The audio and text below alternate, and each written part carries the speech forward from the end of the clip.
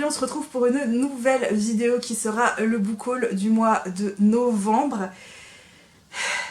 Est-ce que j'ai besoin de me justifier encore une fois? Est-ce que j'ai besoin de vous le dire? Vous devez certainement avoir l'habitude maintenant me concernant. Oui, je suis faible. Voilà. Donc on va pas faire une intro trop longue, pardon, et on va éviter de s'attarder sur mon incapacité à être raisonnable. Voilà, et on va commencer tout de suite. Je commence donc par un craquage, puisque tant qu'à faire, je me suis procuré la saga complète de Fragments d'éternité, sachant que pour cette saga, j'ai en partie les tomes des éditions Bookmark et en partie les tomes de la maison d'édition Arrow, qui était une maison d'édition que je ne connaissais pas. Je pense que la maison d'édition Bookmark n'a plus les droits, donc ça c'est des restes de stock, et que donc c'est de nouveau publié aux éditions Arrow.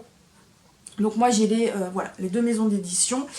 C'est une saga de romance MM historique qui se passe à différentes époques, dans différentes villes et donc dans différents pays, et ça peut se lire indépendamment les uns des autres.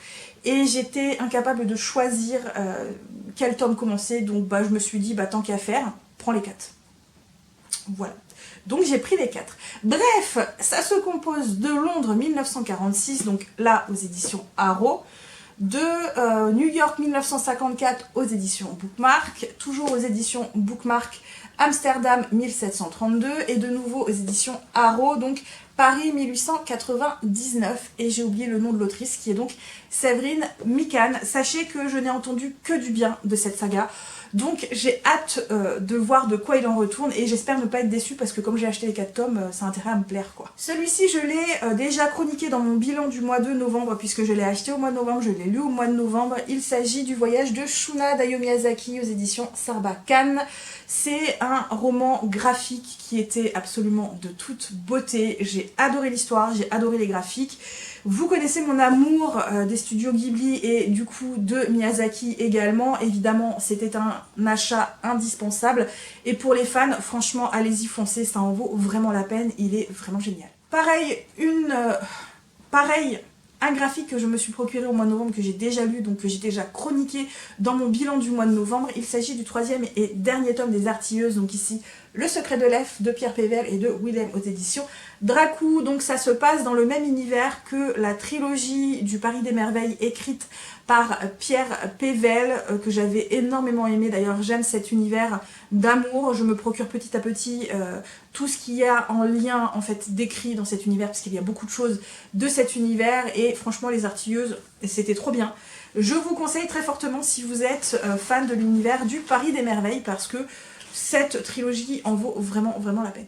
Je continue par le 2e et dernier tome de la duologie du Royaume Céleste. Donc ici le cœur du guerrier du soleil de Su Lin Tan aux éditions Hugo Roman dans leur collection Stardust. Et moi j'ai encore une fois la version reliée. Je pensais avoir le temps de lire le tome 1 qui se trouve là derrière, et en fait absolument pas, et j'ai quand même craqué pour le tome 2 alors que c'était pas nécessaire que je craque tout de suite, mais j'ai craqué parce qu'il est tellement beau et que j'ai été faible et que j'ai pas su résister. Bref, ici on est dans une réécriture d'une légende asiatique, mais je ne sais plus de quel pays, je crois de Chine. Donc on suit une jeune femme qui vit sur la lune avec sa mère. Elle n'a pas vraiment le droit de se montrer, il ne faut pas que les gens sachent qu'elle existe, si je me souviens bien, jusqu'au jour où sa mère va être kidnappée, capturée par l'empereur je crois, et sa femme, et en gros sa fille va s'enfuir et ne va plus avoir qu'un seul but dans la vie, c'est de retrouver sa mère et de la sauver. Voilà, je m'arrête là pour le résumé, j'en sais pas plus de toute façon. J'en ai entendu du bien et du un petit peu moins bien, mais bon, moi il me fait très envie donc. Je continue par un tome 2, oui, encore un tome 2, alors que je n'ai toujours pas lu le tome 1, mais je suis faible encore une fois, tout le monde aime cette saga, donc j'ai craqué. Il s'agit du tome 2 d'Absolu, donc ici Les Effacés de Margot Dessen aux éditions Bing Bang. Donc, rappel très rapide ici, on est dans un monde post-apocalyptique où on choisit une bande de jeunes qui doit aller se battre derrière un mur contre une créature absolument ignoble, et soit ils en reviennent en ayant tué la bête, soit ils reviennent pas. Voilà, c'est joie et bonheur. Et je suis très intriguée, même si j'ai pas lu le tome 1, en plus on a encore une fois voilà, de très belles choses, c'est une très jolie édition.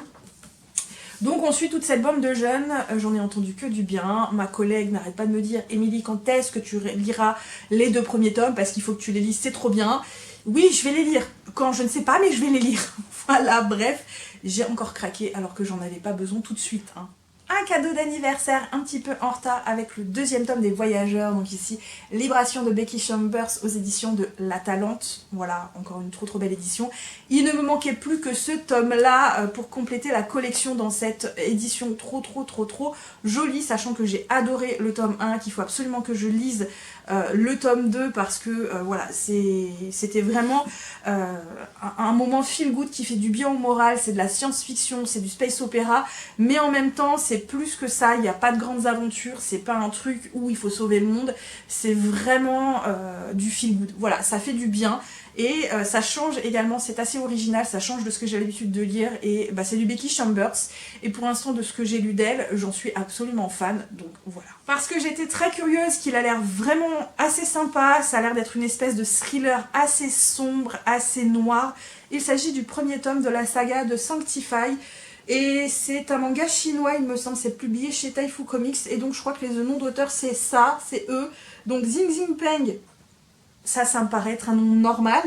God Station, pardon, je suis pas très sûre. Et Fox, je suis pas très sûre non plus. Bref, ça a l'air plutôt pas mal, donc j'étais très curieuse, je me suis procuré. Un indispensable avec le tome 6 de Campus Driver, donc ici, Good Luck de C.S. Quill aux éditions Hugo Roman. Comme d'habitude, voilà, je suis très fan. J'ai pas lu le résumé du tome 6, je m'en fous, pour moi c'est du tout bon, donc il fallait que je me le procure. En novembre, je suis tombée sur une autrice en allant faire mes courses, donc évidemment je me suis intéressée à ce qu'elle faisait. Elle écrit beaucoup de jeunesse, et donc je me suis procuré le 1er tome de cette saga qui est donc Kazuki, l'éveil d'un guerrier mage. Donc l'autrice c'est Magali Turmine, et pour le coup son conjoint François Bonacci a participé au projet puisque elle écrit et lui dessine. Voilà, donc c'est un petit peu un roman BD. Je pense que pour les très jeunes, ça peut vraiment les inciter à commencer la lecture en faisant un petit peu un mélange de textes, de bulles, de BD, de romans. Voilà, je trouve que le concept est plutôt sympa. Je pense pas que ce soit un concept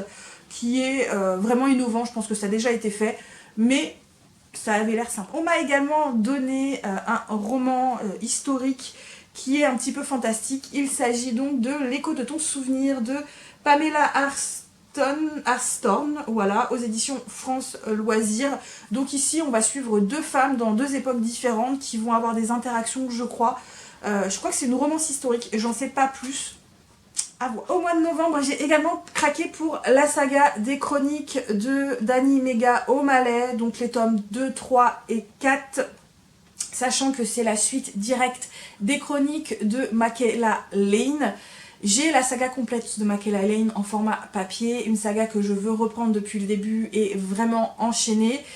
Mais malheureusement, ça commence à être compliqué de les trouver, et concernant la suite directe également. Donc j'ai voulu me procurer vraiment les tomes qui restaient avant qu'ils ne disparaissent complètement, sachant que par exemple le tome 1 de cette saga est pratiquement introuvable en format papier. C'est pas grave, je me le procurerai en format électronique, et si un jour je les trouve en format papier, pourquoi pas, mais au moins j'ai le reste en format papier. Donc voilà, j'ai craqué pour le reste de la saga. Donc le tome 2 c'est Burned, le tome 3 c'est Fièvre née, et le tome 4 c'est Fièvre enchantée, et le 1er tome c'est Iced, il me semble. Je ne pourrais plus vous dire exactement, mais bon, voilà. Au mois de novembre, j'ai également craqué pour une saga dont j'ai entendu que du bien, et pour laquelle je me tâtais, vraiment je me tâtais. Là je me suis dit que ça y est, la trilogie est sortie en format poche au complet. Le 4e tome, qui est une préquelle il me semble, vient sortir en grand format. Mais le temps que je lise la trilogie complète, le tome 4 aura également le temps de sortir en format poche. Il s'agit donc de la saga de sang, d'écume et de glace. Donc ici, Métamorphose de Alexiane Delis aux éditions Michel Lafon, donc dans leur collection poche. Donc ici, on est dans un univers de sirènes. Les univers de sirènes, c'est pas ce qui me hype le plus, pour tout vous avouer. Mais là, voilà, j'en ai vraiment entendu que du bien, et ça a fini par attiser ma curiosité. Donc ici, on suit une jeune femme qui s'appelle, je ne sais plus comment elle s'appelle, je ne sais plus, qui est un peu une paria dans son lycée. Elle est très malade, on ne sait pas trop ce qu'elle a, et en gros, on lui donne une espérance de vie très courte. Donc en gros, pour ce qui lui reste de vie, Elle va partir en bord de mer en voulant en profiter et à partir de là, son monde va être assez chamboulé. Et j'en sais absolument pas plus à voir. Les éditions Hugo Roman ont sorti en format poche de belles éditions avec ces romans-là. Voilà.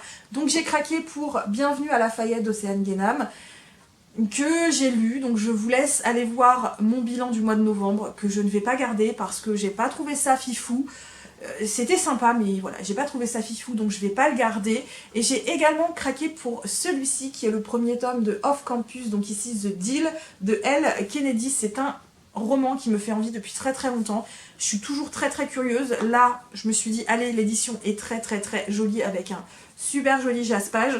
Donc j'ai craqué, c'est bien mieux que les couvertures avec des torse nus dont on s'en fout, c'est kitsch, c'est moche, ça ressemble à rien, donc je me suis dit que c'était l'occasion ou jamais. Je ne l'ai pas encore lu, mais il me tarde pour celui-ci. Je continue par la sortie du mois de novembre dont tout le monde a entendu parler, dont tout le monde n'en disait que du bien, tout le monde a craqué évidemment. J'ai craqué même si c'était pas trop prévu au programme, mais j'ai lu les premiers chapitres. Et je me suis dit, la plume est absolument géniale. Il s'agit évidemment de Babel dans ce format collector de l'autrice R.F. Kuang aux éditions de Saxus. D'ailleurs, quand je me le suis procuré à la librairie, les libraires m'ont dit, mais vous allez adorer, c'est obligé, il est trop bien. La moitié des libraires, là où je vais, l'ont lu et ils ont adoré. Donc évidemment, il me le fallait absolument dans ma bibliothèque. Et je termine avec un nouveau craquage. Il s'agit du premier tome de la saga du royaume des corbeaux, donc ici la maison aux ailes déployées, d'Olivia Wildenstein aux éditions Corrigan dans leur collection reliée absolument magnifique. La jaquette déjà est trop belle, le jaspage est absolument trop beau. On a ça à l'intérieur qui est trop joli, l'intérieur de la jaquette est également comme ça, et le livre en lui-même, c'est pareil, il est absolument magnifique quoi. Voilà, il est vraiment très très beau ce relié. Je trouve que là ils ont vraiment fait un super beau relié. Bref, ici on suit une jeune femme qui est à moitié fae et à moitié humaine, donc elle est considérée comme une paria, elle est métisse et on n'aime pas les métisses, et elle va essayer de s'en sortir dans cet univers, et en plus elle est amoureuse du prince héritier depuis qu'il l'a embrassée quand elle était toute jeune adolescente. J'en sais pas plus et à voir par la suite. J'en ai entendu du bien, du moins bien, mais je vous avoue que moi je suis très intriguée. Et voilà, j'en ai du coup terminé pour ce gros book haul du mois de novembre, assez catastrophique. Attendez de voir le book haul du mois de décembre, hein. Voilà. Bref, j'espère malgré tout que cette vidéo vous a plu comme toujours. Comme d'hab, si vous avez lu certains des romans, que vous les avez aimés ou non, n'hésitez pas à me le dire en commentaire. Si certains de ces romans, que vous les ayez pas lus, ne vous donnent envie, pareil également, n'hésitez pas à me le dire. Toujours, si vous avez la flemme avec les longs commentaires, les emojis pour me dire que vous êtes passé sur la vidéo, que vous l'avez regardée, ça fait également toujours plaisir. Les pouces bleus également. N'hésitez pas à me suivre sur d'autres réseaux sociaux comme toujours, à vous abonner si l'envie vous en vient. Moi comme d'hab, je vais vous souhaiter de très bonnes lectures. À très bientôt pour une nouvelle vidéo et comme d'hab, prenez bien soin de vous. Bye bye.